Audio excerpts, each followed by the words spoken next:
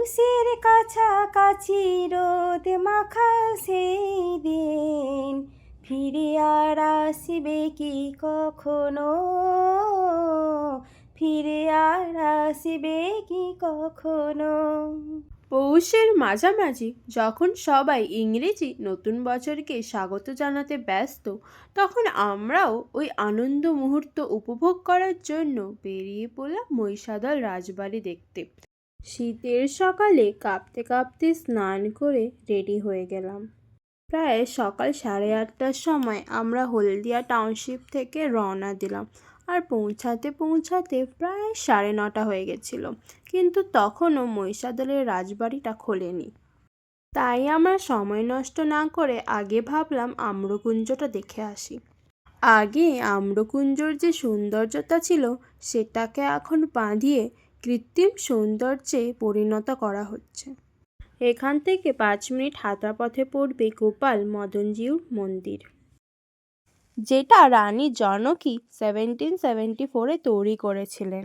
আর তারপরই 1776 থেকে ফেমাস রথযাত্রা শুরু হলো, যেটা এখনও বহু দূর দূর থেকে লোক দেখতে আসে। আর তার ঠিক পাশেই জগন্নাথ দেবের মন্দির আছে। মন্দির ঘুরতে ঘুরতে আমাদের সবারই খুব খিদে পেয়ে গেছিল, তাই রাজারহালের রেস্টুরেন্টে আমরা ব্রেকফাস্টটা করলাম। রেস্টুরেন্টটার সাজানো যতটা সুন্দর, খাবার দাবারও কিন্তু ততটাই ভালো ছিল।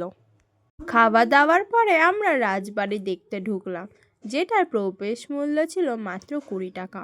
মহিষাদলের ইতিহাস আমাদের বহু অতীতে নিয়ে যায়। 16th সেঞ্চুরিতে রাজা আকবরের ইন্ডিয়ার ওপর রাজত্ব ছিল।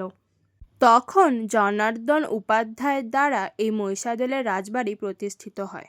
সেই সময় এই গেয়খালীর নাম ছিল জীবনখালী। রাজা আনন্দলাল উপাধ্যায় এবং রানী জনকী দেবীর একটি মেয়ে ছিল রানী মন্থরা দেবী। মন্থরা দেবীর ছেলে রাজা গুরুপ্রসাদ গর্গ তবে থেকে এই মহিষাদল রাজবাড়ির এস্টেটসটাকে সামলাচ্ছেন। রাজবাড়ির ভেতরে বহু পুরনো জিনিস, আসবাবপত্র, রবীন্দ্রনাথ ঠাকুরের লেখা কিছু চিঠি, রাজাদের শিকার করা বাঘ ভালুকের চামড়া, তলোয়ার, পালকি, নানান রকমের জিনিস আপনারা দেখতে পাবেন। রাজবাড়ির পাশেই হচ্ছিল Mahishadal art and culture rock fest. এত সুন্দর সুন্দর হাতের কাজের জিনিসপত্র না দেখলে কিন্তু সত্যিই মিস করতাম। শুধু কাগজে নয়, কাপড়ে, থালা বাসনে, কুলোতে, আরও কত কিছুতে ড্রয়িং করা ছিল। এতটাই সুন্দর এবং নিখুঁত করে ড্রয়িংগুলো করা, যেন কিছু একটা কথা বলতে চাইছে। এক্সিবিশনটা পুরোটা ভালো করে ঘুরে দেখতে দেখতে প্রায় দুপুর হয়ে গেছিল, তাই আমরা রাজবাড়ি থেকে বেরিয়ে এসে খানিকটা আগে অ্যালপিনো বলে রেস্টুরেন্টে ঢুকলাম। রেস্টুরেন্টটা ঠিক মহিষাদল বাজারের ওপরেই আছে। এখানকার খাবার দাবার খুবই ভালো ছিল এবং খুব সাজানো গোছানোও ছিল। আর হ্যাঁ, স্টাফদের বিহেভিয়ারও খুবই ভালো ছিল।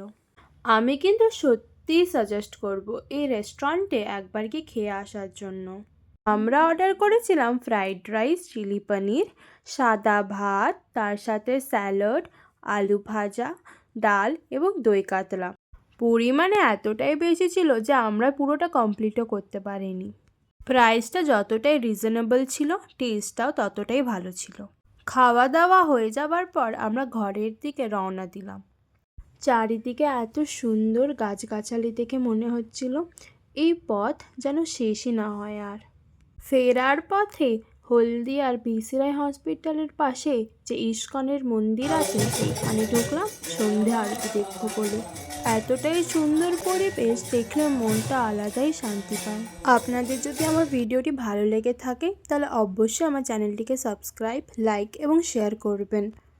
আর হ্যাঁ, ঘন্টাটা বাজাতে ভুলবেন না কিন্তু।